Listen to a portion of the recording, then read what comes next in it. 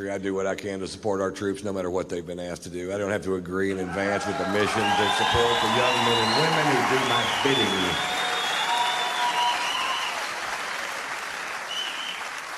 Last year I went on a UFO tour. UFO.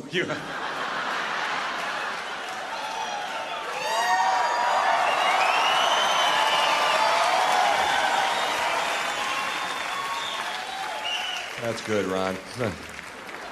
I went on a UFO tour, which not a lot of comedians are asked to do. Because the jokes translate so poorly from one planet to the next.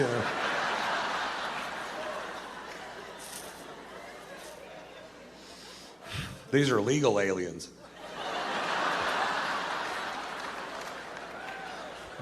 But oddly enough, they still speak Spanish.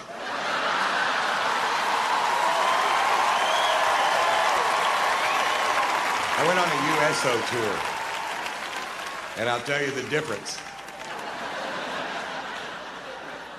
Earthlings. I was in Germany for 10 days doing shows for troops going into and coming out of Iraq and Afghanistan, and they asked me to go to Iraq, and I was like, fuck you, man.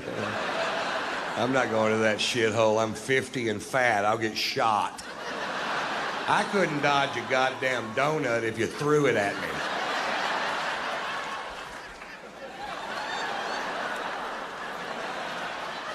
What'd you throw a fucking donut at me for, man? You hit me right in the heart. And then when we filmed Blue Collar 3, we filmed it in Washington, D.C., and the fine folks at the USO asked us to spend the day at Walter Reed Hospital. And if you go to Walter Reed Hospital, you'll see a byproduct of this war nobody likes to talk about, but they should talk about it every day, because the sacrifice these young men and women have made for this country, they can't take back, and they should be applauded and saluted and given the best medical care we can give them for the rest of their lives. And they should not live in abject poverty because they made a sacrifice to the greatest nation on this planet. And if we fail there, we fail everywhere we can fail, folks.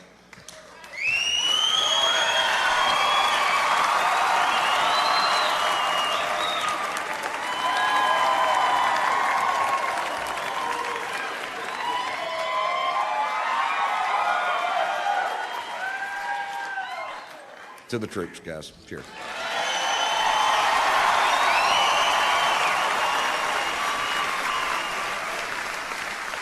I'll tell you one USO story. We're going from room to room visiting these amazingly brave Americans at Walter Reed. Me, Jeff Foxworthy, Bill Engvall, Larry the Cable Guy. We go to this kid's room, and this kid is mangled. I don't know what they'll ever do for him. The only way he could talk was to hold a finger over a hole in his throat. And he'd breathe in, and he wouldn't use a lot of words, but what he said was very poignant and very funny. And I was just sitting there admiring him, going, who the fuck is this kid to be this brave, you know? And I carry a man bag, and in the bag are cigars and cigar cutters and lighters and reading glasses and sunglasses and Tampax and my wife's titties and all the things I need to make it through an afternoon. We're about to leave this kid's room, and Foxworthy goes, you know, you're the only person today that didn't make fun of Ron's purse. And this kid goes,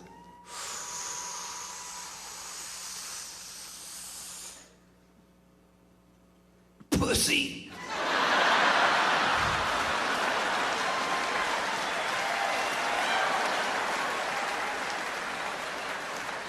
That's the only time I've ever seen Foxworthy snot.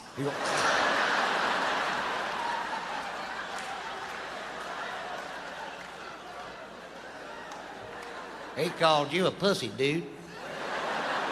Or however he talks.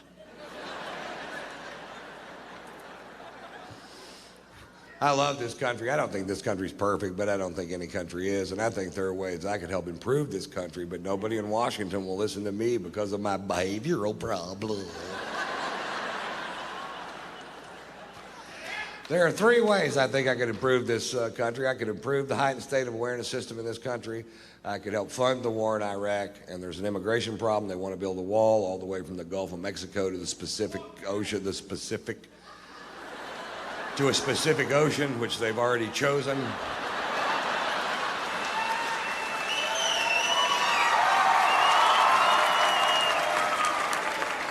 Oh, he was sharp than that. We saw him.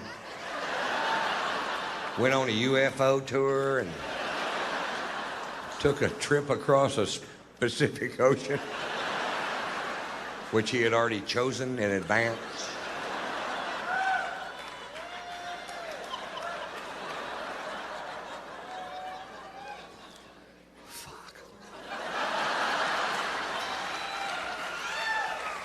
Folks, I believe in my heart that the Department of Homeland Security's color-coded heightened state of awareness system might be the most useless thing ever shoved down the throats of the American people.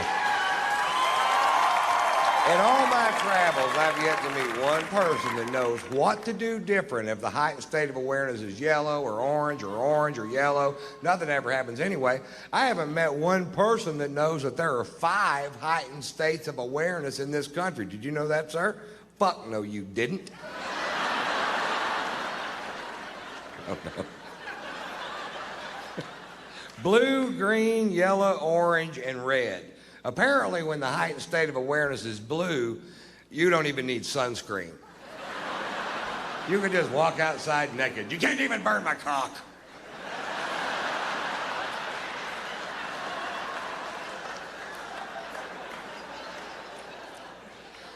I'm not sure why the Scottish guy said that.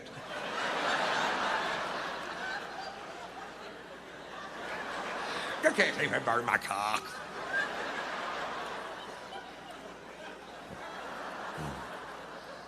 The biggest problem I have with the heightened state of awareness system in this country is that it makes no sense. The second biggest problem I have with it is that it scares my mother. Thanks. The last time the heightened state of awareness switched from yellow to orange, my mother called me, and my mother is very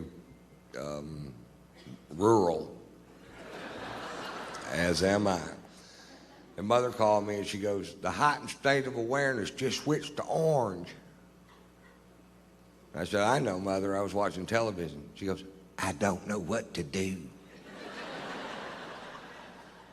I said, Mother, nobody knows what to do. They didn't even print a flyer with this program.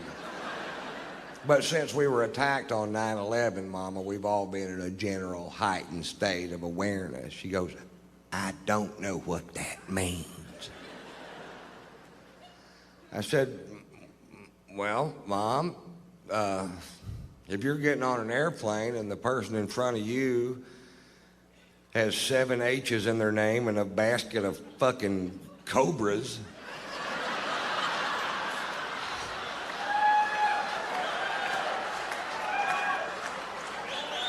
check their shoes for fuses.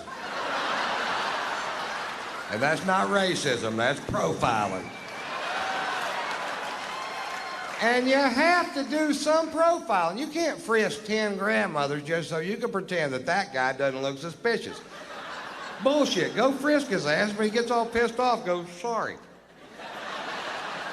And if he's still pissed off after that, go, hey, you wore the turban to the fucking airport, buddy. Yep. Buy a John Deere cap for travel days. Fuck, I don't know.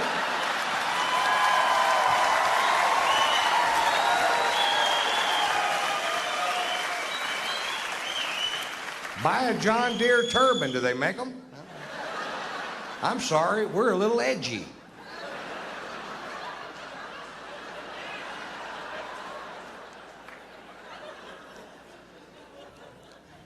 If I were in charge of the Department of Homeland Security, we'd have a heightened state of awareness system in this country, that's for sure, but we'd have one that made sense and one that the fine citizens of this country understood. And we would have 2 heightened states of awareness. Go find a helmet. Put on the fucking helmet.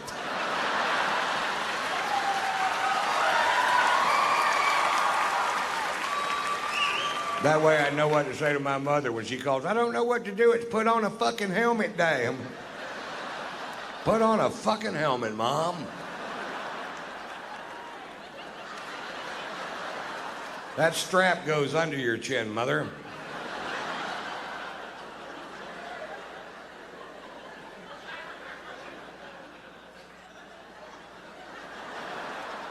When Mother has her helmet on, she forgets her neck works.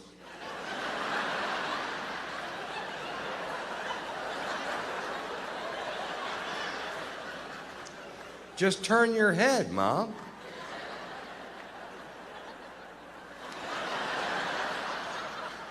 You're getting it.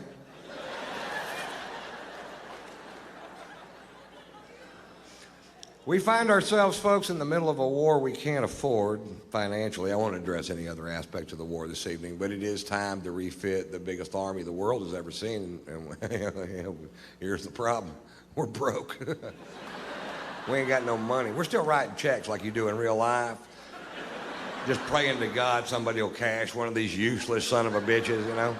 You're $17 trillion in debt. You still got a checkbook, really?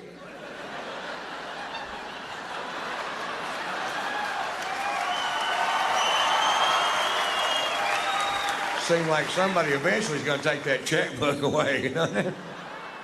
And we, you know what? China's cashing our checks, and that's not a good plan for this country, mark my word.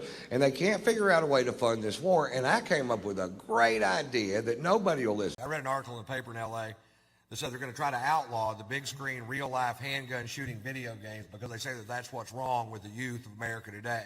They'll learn how to accurately shoot guns with video games. It's not a parenting problem. Oh, fucking no. No, it's a video problem. Doesn't it piss you off when you have a genuine problem, you try to tack a solution to it? It's got nothing to do with the problem. You know what I mean? I came up with a great idea. Don't outlaw those machines. Give them to the state troopers of California because they're some of the worst shots I've ever seen in my life. I saw a shootout once live on TV that went on for so long, eventually the criminal got frustrated and shot himself. And the cops were on TV whining about it, going, he's got on body armor, he's got on body armor. I'm watching it live on CNN going, I can see his head, shoot him in the fucking head. Give my kid a shot. How's that, Daddy? Good shot, Poot. Everybody relax. Poot took him out. Thank God Poot was there with his considerable skills. Horrible shot. Some cops are. You ever see tape of the Kehoe brothers from Ohio? Those guys that get out of that white Suburban, they show it on cops.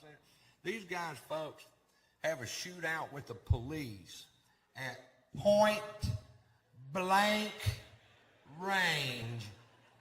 Nobody gets hurt. I would love to have been at the office the next day when that guy's being interviewed by the chief. And then what happened? Well, at that point, I unloaded my semi-automatic 9mm weapon at point blank range. And then what happened?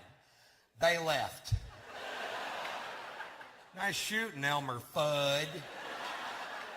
There was a kid in Detroit 3 years ago, shot 8 bullets, hit 9 people. These two cops shot 22 bullets, didn't even hit the fucking Suburban.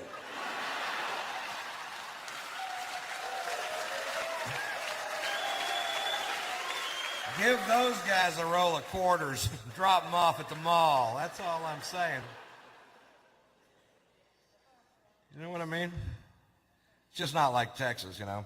I'll tell you the biggest difference between Texas and California. In Texas, we have the death penalty, and we use it.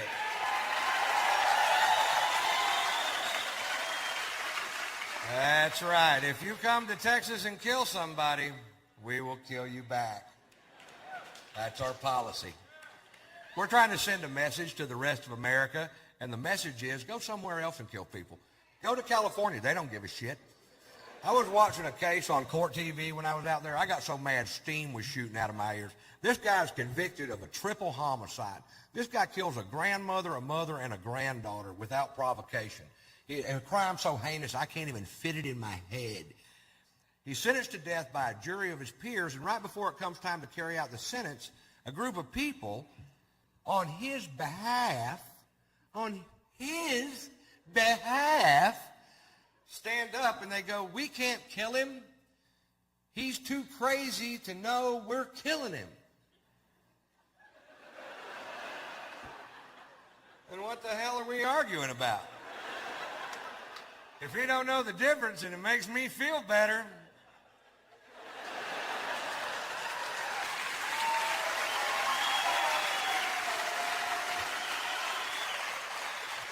How do you know he's crazy? That's what I want to know. Of course he's crazy. Killed 3 people, you know. This is what they said. He rolls his turds into little balls and eats crayons. I'm like, shit, you got to quit putting all crazy people in one group, goddammit.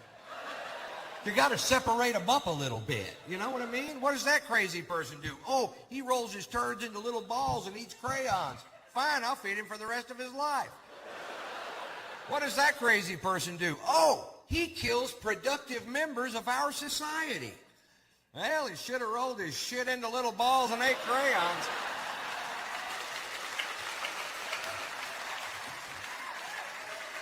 Because the penalty is much less severe. We're trying to pass a bill right now through the Texas legislature that'll speed up the process of execution in heinous crimes where there's more than 3 credible eyewitnesses. If more than 3 people saw you do what you did, you don't sit on death row for 15 years, Jack. You go straight to the front of the line. Other states are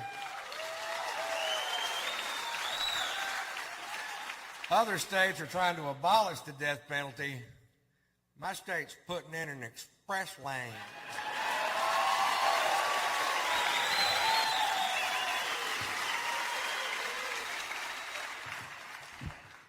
I did that bit out in California, and this guy comes up to me after the show, and you could tell he was nervous to talk to me, and he goes, you know what? That may be true about Texas and the death penalty, but you know what?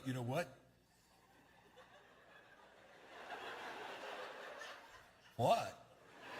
He waited for me to say what. That's kind of cute.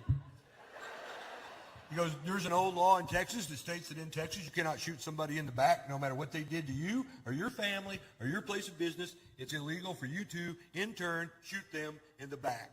I'm like, yeah, but you can start shooting them in the leg till they turn around.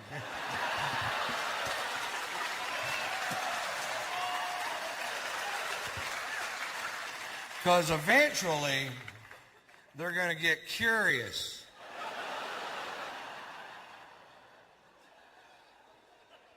Who's shooting me in the leg, I wonder quietly to myself. Oh, that guy. Never turn around.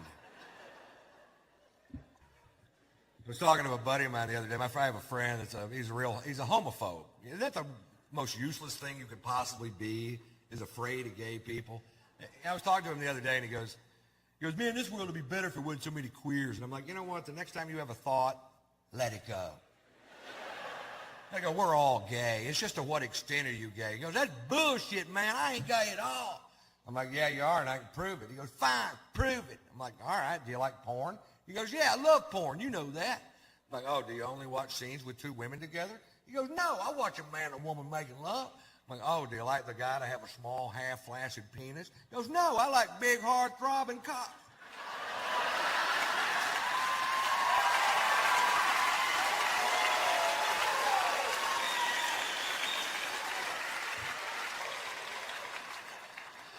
I did not know that about myself.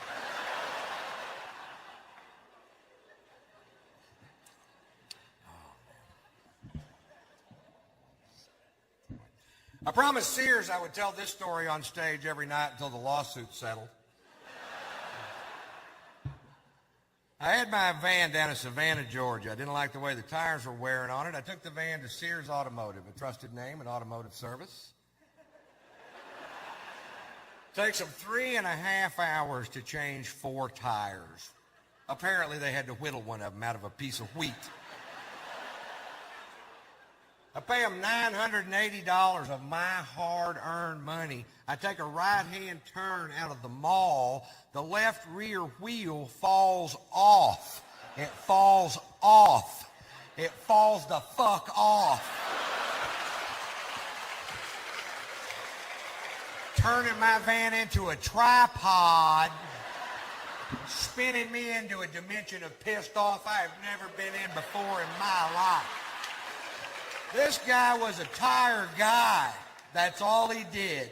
He didn't some days work on transmissions. He was a tire guy. Sears, I found out later, had sent him to tire college for 3 days. Well, apparently he was sick on Lug Nut Day.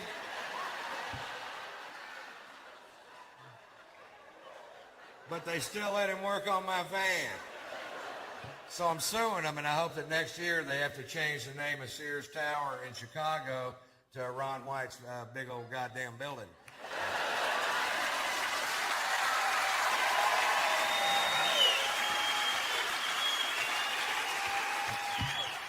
You guys can all come over and party, too.